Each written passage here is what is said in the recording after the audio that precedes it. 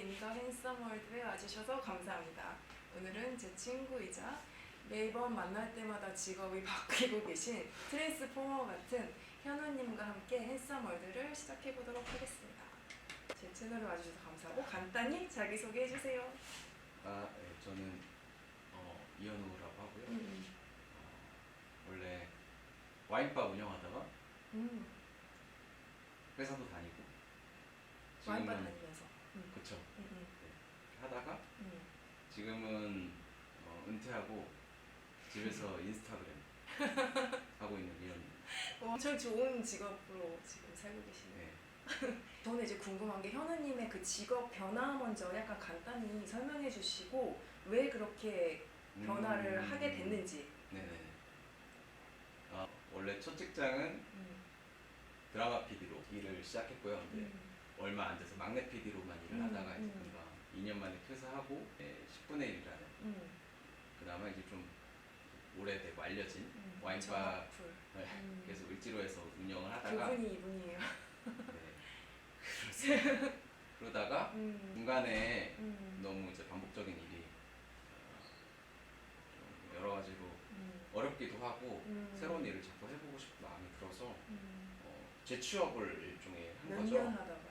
한 3년 정도 됐을 때 그래서 재취업을 해서 뭐 서대문구청 같은 기관에서 일을 하기도 하고 그리고 그 다음에는 이제 내가 사실 그 와인바를 운영하는 것도 어떤 정말 장사를 하고 싶어서라기보다 와인이 너무 좋아서보다는 어떤 공간을 운영한다는 게 저는 계속 방점이 있었거든요.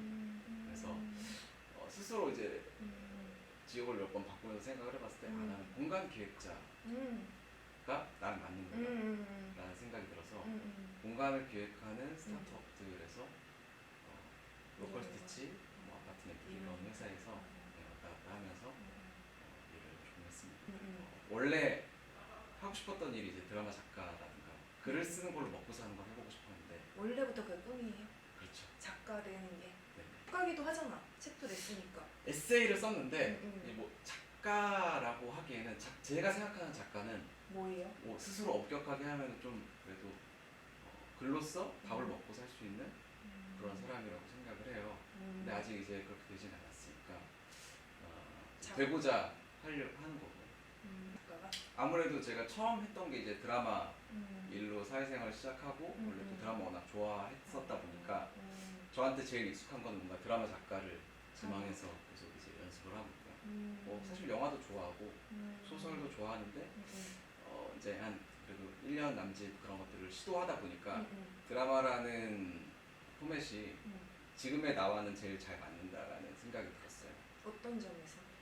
일단 조금씩 다 제가 쉬면서 맛을 봤는데 뭐 너무 어떤 영화나 소설 같은 경우는 처음 시작할 때는 비상업적이기도 하고 좀 더 깊죠. 어떤 예술의 장르라고 할 수 있는 거고 뭐 사실 뭐 다 뭐 어떤 부분이 있는 건 아니지만 예술로서. 근데 드라마가 비교적 뭐 드라마가 깊이가 없는 건 아니지만 상업적이고 뭔가 했을 때 결과물이 빠르게 저한테 올 수 있는 그런 걸 좋아하나 보네 원래. 맞아요. 네. 성향적으로. 그런가 봐요. 저도 저 스스로가 정리가 되고 있어요. 이런 여러 가지 일을 통해서 자기를 알게 돼요. 맞습니다. 직장을 드라마 PD를 하게 되는지 뭐 드라마를 원래 좋아하셨다 하기는 했지만 네. 근데 왜 그거를 작가로 안 하시고 PD로 시작하셨는지. 그러니까 이게 같은 맥락인 것 같아요. 그 당시에 이제 처음에 뭐 취업준비생 학생이었을 때도 뭔가 작가라든가 드라마 작가라든가 뭐 영화 감독 이런 직업은 너무 막막한 거예요. 뭐 어떻게 먹고 사시지? 지금도 사실 가끔 헷갈릴 때가 있고 잘 모르니까 어렸을 때는 더 잘 모르니까 야 저분들은 근데 대단하신 것 같은데 어떻게 생계를 유지할 것이며 다 스타 감독 뭐 맞아. 작가분들은 아니잖아요. 맞아. 그러니까 그런 거를 스스로 이제 생각하다 보니까 내가 좋아하는데 현실적으로 먹고 살 수 있는 거는 취업해서 방송사 드라마 PD 대표적으로 제일 쉽게 떠올릴 수 있는 당시 뭐 드라마 그런 뭐 방송 작가도 있고 여러 가지가 있는데 제 선에서 가장 뭔가 현실적인 거는 좀 그런 거였다. 되게 현실적인 사람인 것 그러니까요. 지금 얘기를 하다 보니까 조금 굉장히 되게 현실적인가 봐. 그런 것 같아요. 근데 드라마 PD가 아무나 하고 싶다고 할 수 있는 게 아니잖아. 엄청 경쟁도 치열하잖아요. 언론고시라고도 하고 특히 PD는 더더더 좁고. 네. 어떻게 됐어요? 왜 됐어요? 왜 됐다고 생각해요? 왜 뽑았다고 생각해요? 아, 어떤 저는요? 점이 잘 맞아서? 그냥 어떤 점 때문일까? 모르겠어요. 그때 뭐 필기 시험도 있고 또 면접도 뭐 2번 보고 했는데 그런 거 좋아하신 것 같아요. 저희가 기억나는 게 뭐 면접 볼 때 임원분이 드라마 PD 하면 너무 힘들고 몸적으로 고생하고 자기 시간 없을 텐데 괜찮겠냐 이런 통상적인 질문이잖아요. 근데 그때 뭐라 그랬지? 제가 지금까지는 편하게 살아와서 앞으로는 좀 힘들어도 될 것 같습니다. 이런 식으로 얘기했거든요. 그런 센스. 그러니까 뭔가 그때 이제 2년 정도 제가 계속 취업 준비를 했었는데 2년 좀 안 되게 약간 그때만큼은 여유 있는 모습을 보였던 것 같아요. 나는 편하게 살아왔는데 와라 고난이여 와라 대단하다. 나는 괜찮다. 그러니까 되게 좋아하셨던 기억이 나요. 웃으셨던. 네, 그래서 분위기가 좋았고 다른 뭐 망한 면접도 있을 거 아니에요. 그런 것들에 비해서 되게 자꾸 떨어지기도 하고 그러다 보니까 그냥 뭐 될 대로 되라 약간 이런 식으로 마음을 내려놓고 하니까 그럴 때 되는 건가 뭐든지? 너무 되고 싶다 이렇게 생각하면 안 되고. 네, 그러니까 제 경우는 그때는 그랬던 저도 것 그런 같아요. 것 같아서. 뭐 좋은데 좋았던 점도 너무 많은데 그 임원분이 말씀하셨던 것처럼 너무 이제 그 당시에는 또 지금은 좀 개선이 좀 됐을 거예요. 52시간제라든가 여러 가지 뭐 제도적으로 실제로 뭐 사고도 많이 일어나고 하다 보니까 좀 나아졌다고 하는데 당시에는 뭐 밤새고 하는 거야 기본이고 다 야근하시지 않습니까? 다른 직장인분들도. 근데 이제 너무 심하게 너무 자주. 네. 그리고 막 선배한테 힘들다고 이틀 밤 새고 힘들다고 그러면 야 나는 3일 밤 샜어 뭐 이런 식으로 하던 시대였으니까 아 진짜. 뭔가 미래가 안 보이는 이렇게 계속 왜냐면 위에 올라간 막 연차가 쌓여있는 5년차 이런 선배분들도 똑같이 힘들어. 맨날 술 드시고 같이 막 집에 못 가고 그럼 와 내가 5년 6년 뒤에도 저러고 있으면 괜찮나? 할 수 있나? 이렇게 하다가 쓰러지는 거 아니야? 뭐 이런 식의 안위를 걱정하게 되는 일들이 많으면서 퇴사를 한 거고 뭐 그렇게 특별한 이유라기보다는 뭐 현장에서 사고가 있어서 실제 당했구나. 네네네. 그러니까 뭐 아마 일하다가 난 사고인데 운전하시던 분이 또 너무 현장이 힘들어서 그때 유독 어려운 현장이 있었는데 힘들어서 졸음 운전하시고 그래갖고 사고가 하필 저만 타고 있을 때 또 사고가 나가지고 많이 다쳤었어요. 그때 이제 막 차가 간파 그래서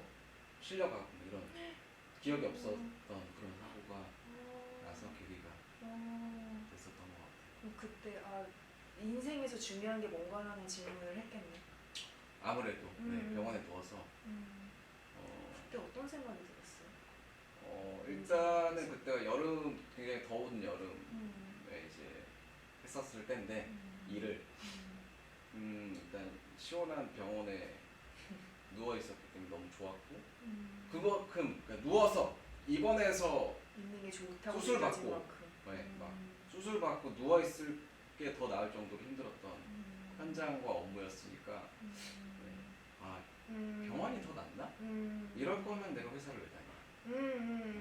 그리고 또 그때 이제 30살 30대를 앞두고 있는 아홉수 그때 엄청 머리가 복잡해지지. 처음 나니까 야 이거 일하다가 죽을 수도 있겠는데?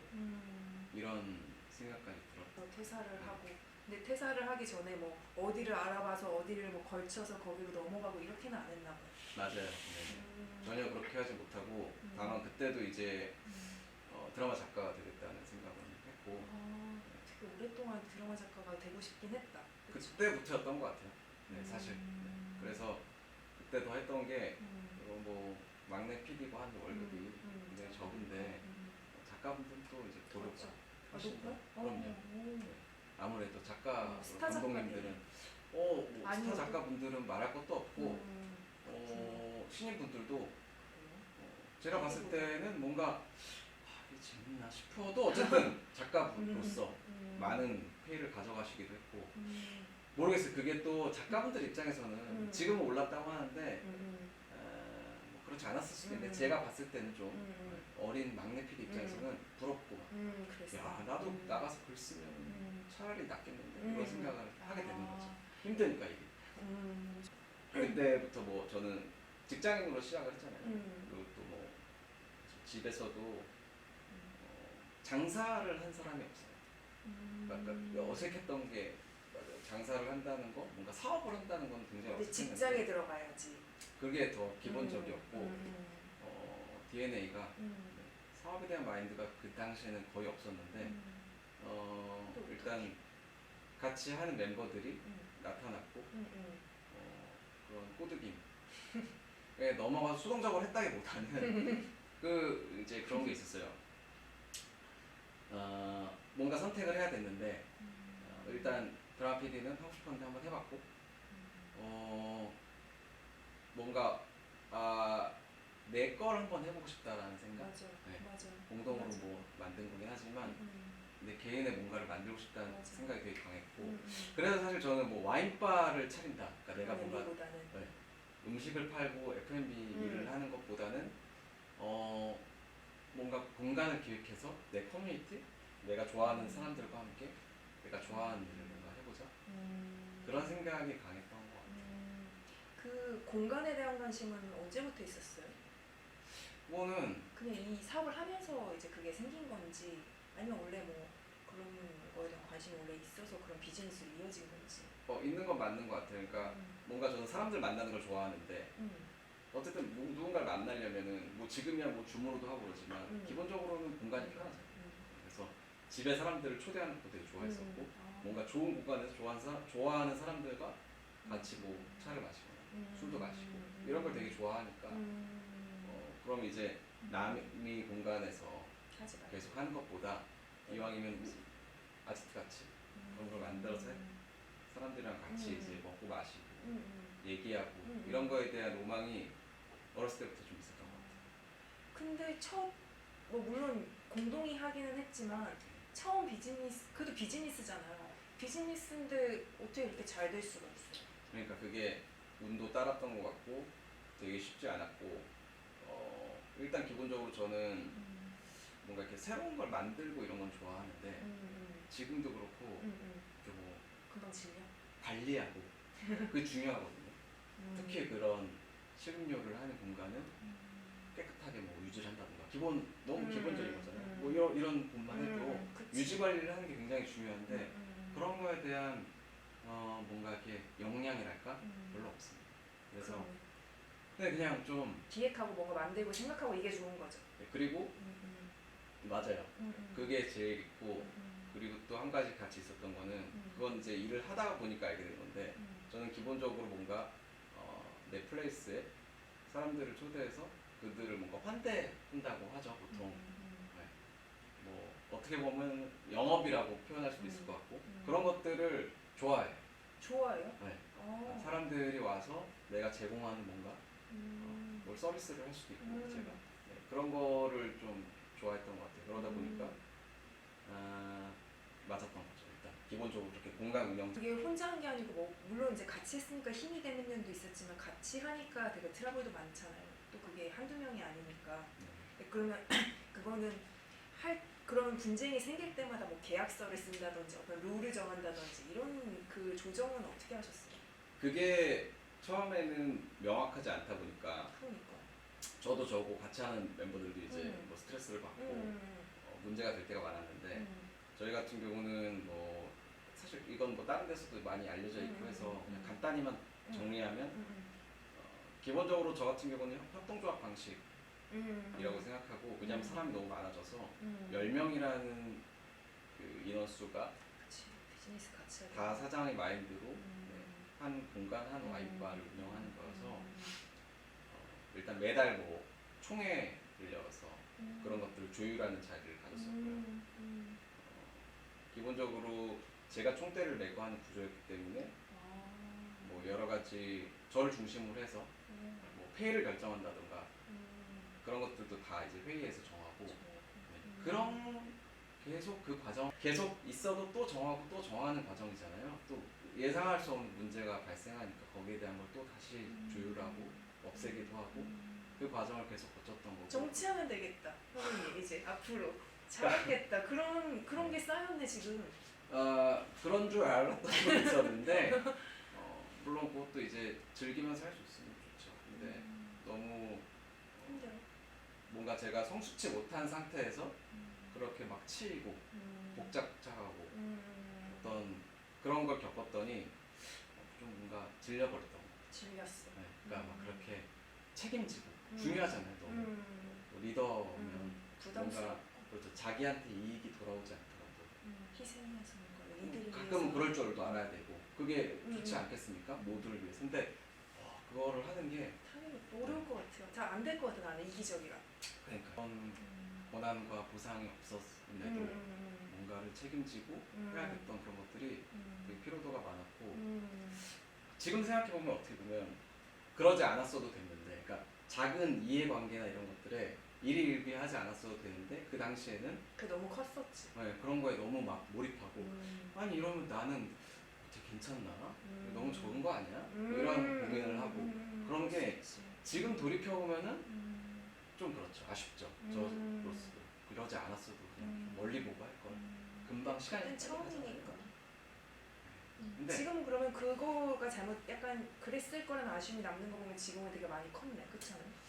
근데 또그 상황이 지금 이제 돌아보니까 다시 좀 약간 사람이 뭔가 이렇게 커보이게 크게 얘기하지만 얘기하는 거지 막상 그 상황에 맞닥뜨리면 굉장히 분노가 게이지가 올라가요.